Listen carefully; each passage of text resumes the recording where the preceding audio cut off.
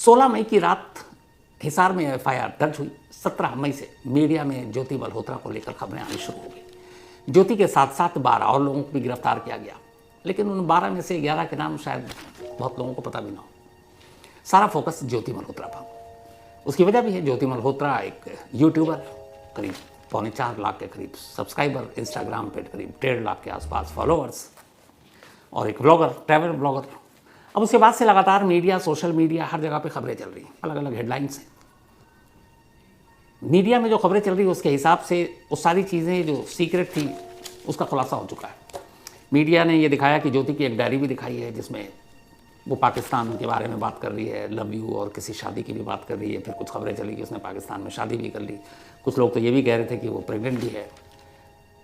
फिर पाकिस्तानी उच्चायोग, पाकिस्तानी जासूस के साथ रिश्ते, बहुत सारी बातें चल रही हैं, आप सभी पब्लिक डोमेन में सुन रहे हैं। आज शाम को हिसार के एसपी शशांक कुमार ने एक प्रेस रिलीज जारी की है।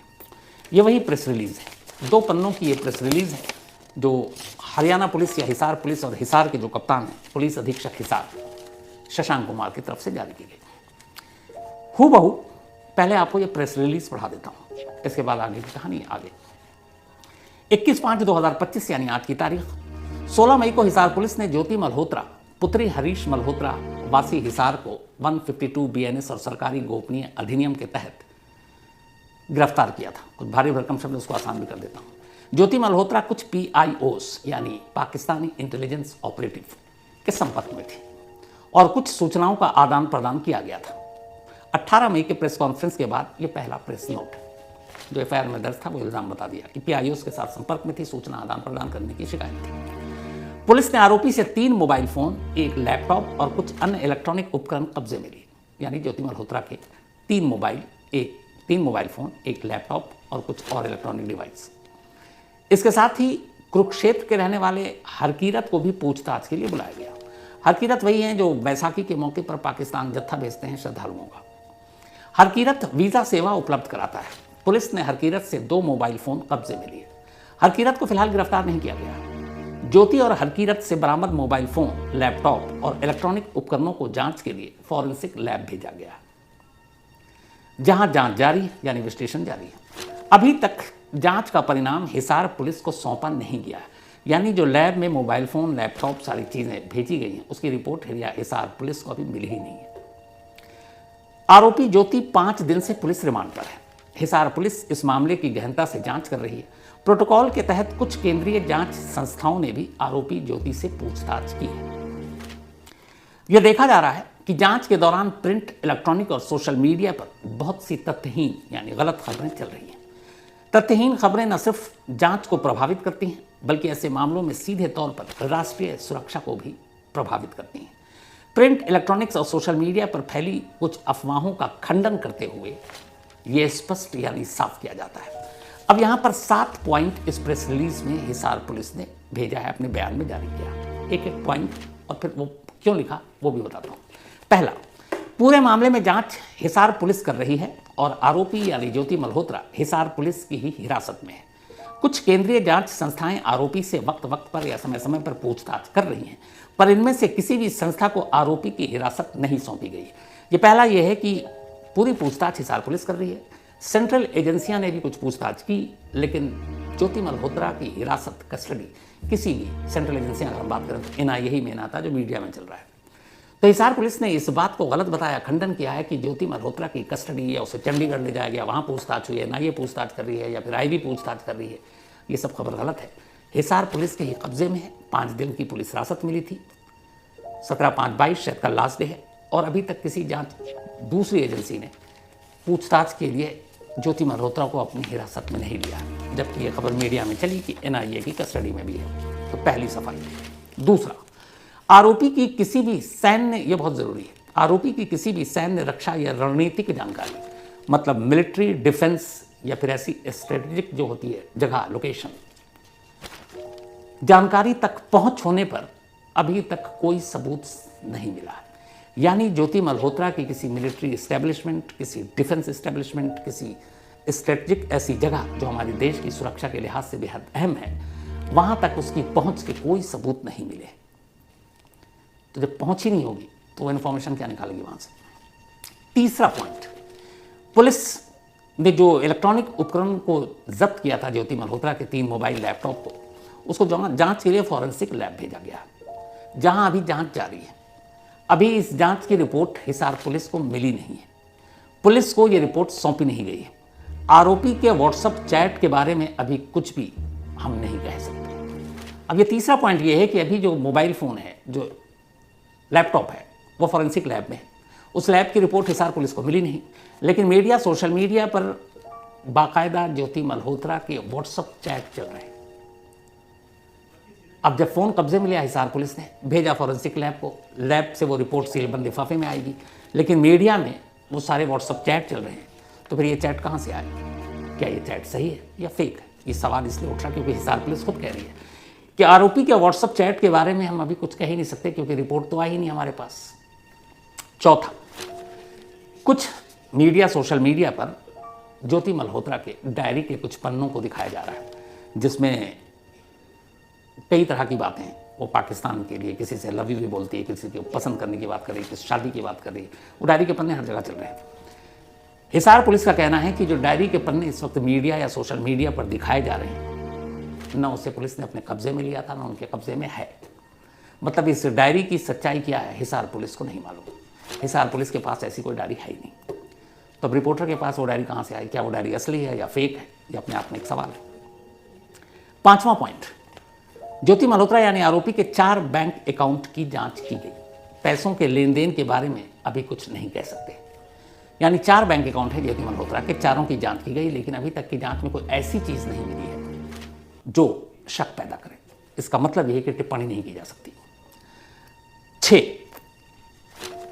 ये जो छठा पॉइंट है, इसको ध्यान से सुनिएगा।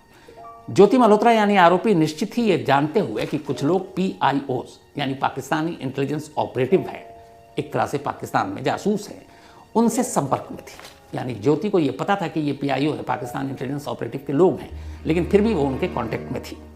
लेकिन अभी तक सीधे तौर पर ऐसा कोई सबूत, तथ्य सामने नहीं आया है जिससे ये कहा जा सके कि आरोपी यानी ज्योति मल्होत्रा का संपर्क किसी आतंकवादी संगठन से था। आरोपी के किसी भी आतंकवादी घटनाओं में संलिप्तता यानी शामिल होने को लेकर भी कोई तथ्य या सबूत सामने नहीं आए। यानी इस पॉइंट के हिसाब से कि PIO के कुछ लोगों के संपर्क में थी ज्योति, लेकिन किसी टेररिस्ट ऑर्गेनाइजेशन या आतंकवादी संगठन के साथ उसका कोई रिश्ता या सबूत सामने नहीं आया है, और किसी टेररिस्ट एक्टिविटीज़ में भी उसके शामिल होने के कोई सबूत नहीं मिले। 7वां और आखिरी, आरोपी के किसी PIO के साथ यानी पाकिस्तान इंटेलिजेंस ऑपरेटिव जो पाकिस्तान में थे, ज्योति मल्होत्रा यानी आरोपी के किसी PIO के साथ शादी, धर्म परिवर्तन इत्यादि के बारे में अभी तक कोई तथ्य या कोई सबूत सामने नहीं आया। मीडिया में खबर चल रही कि ज्योति मल्होत्रा ने एक पाकिस्तान के स्पाई से या जो PIO है उनसे शादी कर ली है। कुछ तो ये भी थे कि प्रेग्नेंट हो गई है और धर्म परिवर्तन कर लिया, वो ज्योति से कुछ और बन गई है। लेकिन हिसार पुलिस के कैप्टन यानी कि हिसार पुलिस के SP superintendent of police Shashank Kumar के इस बयान के हिसाब से शादी, धर्म परिवर्तन या PIO के साथ शादी, ये बातें कोई सबूत नहीं। ये अनुसंधान यानी जांच राष्ट्रीय सुरक्षा से संबंधित है। आखिरी पैरा है इस स्टेटमेंट का। सभी इलेक्ट्रॉनिक, प्रिंट और सोशल मीडिया के लोगों से अनुरोध है कि रिपोर्टिंग में संयम बरतें और आधिकारिक प्रेस नोट में वर्णित तथ्यों को ही प्रसारित करें। जो प्रेस रिलीज में पुलिस के जरिए दिया जाए आप उसे ही दिखाएं, बताएं। सूत्रों और कल्पनाओं पर आधारित खबरों को आधिकारिक पुष्टि करने के बाद ही प्रसारित करें। यानी सूत्रों और कल्पनाओं से जो खबरें आप चला रहे हैं उनको पहले ऑफिशियल कंफर्मेशन करें, और वो कंफर्मेशन पुलिस से कीजिए, एजेंसी से कीजिए, और फिर उसे आप टेलीकास्ट करें या दिखाएं।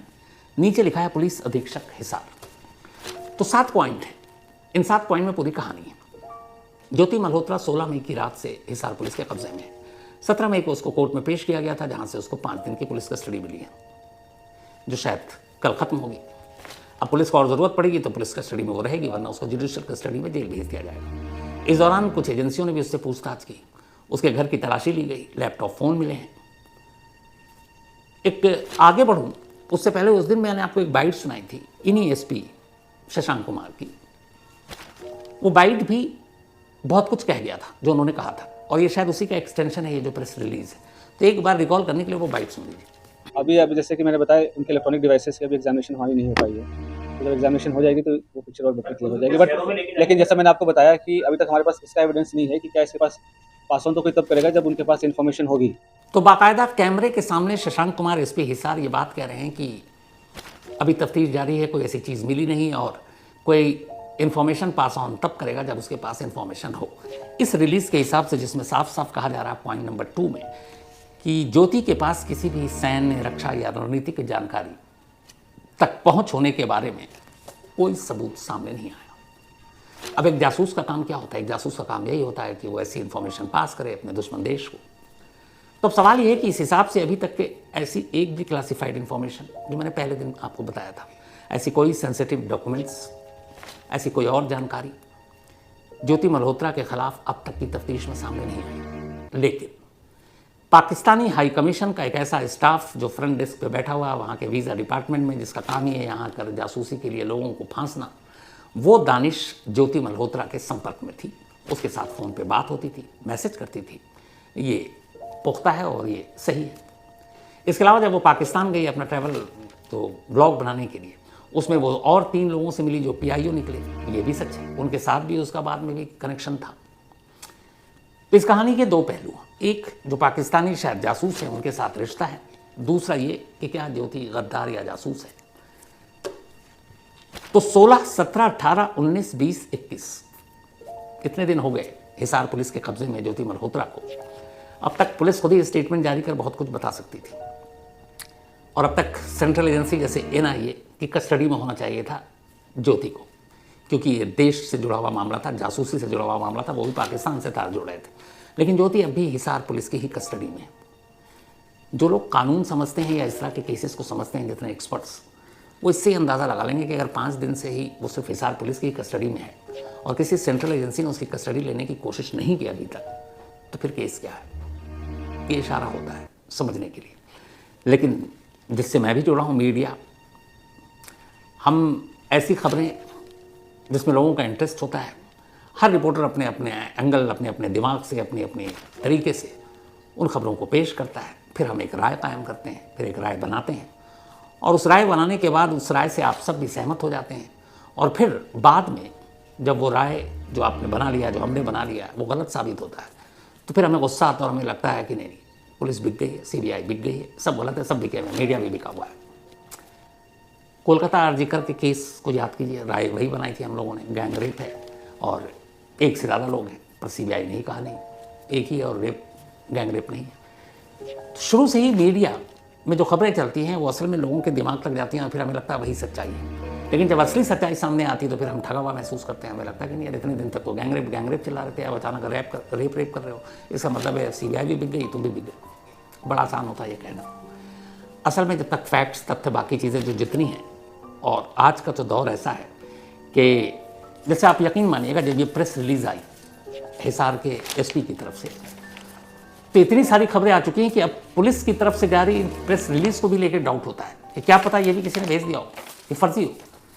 तो इसको आप तक पहुंचाने से पहले हिसार के अपने रिपोर्टर से बात की, रिपोर्टर के बाद वहाँ के पुलिस हेडक्वार्टर से बात हुई और फिर पता किया कि क्या वहाँ के SP ने ऐसी कोई स्टेटमेंट आज जारी किया, प्रेस रिलीज़। फिर आया कि हाँ, इतने बजकर इतने मिनट पर आज ये प्रेस नोट जारी किया गया, खासतौर पर मीडिया, इलेक्ट्रॉनिक मीडिया के लिए।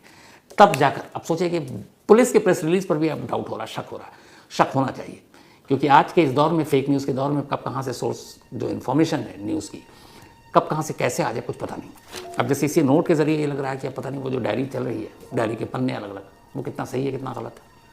जो व्हाट्सअप चैट चल रहे हैं, अगर हिसार पुलिस के हिसाब से उसकी तो अभी रिपोर्ट ही नहीं आई, फॉरेंसिक लैब में पड़ा हुआ है और उनको सीलबंद लिफाफे में देना, अगर वो नहीं देंगे फॉरेंसिक लैब वाले तो उनके खिलाफ एक्शन हो जाएगा, तो वहाँ से लीक भी नहीं कर सकते वो। तो जब वो रिपोर्ट नहीं है तो फिर व्हाट्सअप चैट मीडिया तक कैसे है। तो यहीं से ये भी सवाल है, क्या व्हाट्सअप चैट वो सही में जेन्युइन है या नहीं है।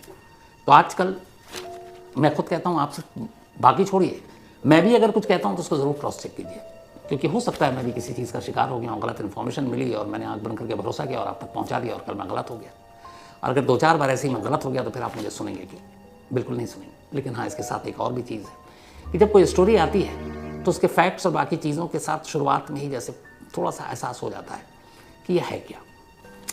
जैसे वो एक जॉली LLB फिल्म का एक डायलॉग मुझे हमेशा याद रहता है, जो अपने जज साहब कहते हैं कि जब उनके कोर्ट में कोई मुकदमा आता है तो उन्हें एक दो सुनवाई में इस बात का एहसास हो जाता है कि सामने वाला मुजरिम है या बेकसूर है, लेकिन वो एक कागज़ का इंतज़ार करते रहते हैं, एक ऐसा सबूत जिससे वो अपना फैसला सुना सकें, और वो उस एक कागज़ के इंतज़ार में कागज़ों का अंबार जमा होता जाता है और फिर वो फैसला सुनाते हैं, जबकि पहले दिन से ही वो जानते हैं कि ये केस क्या है।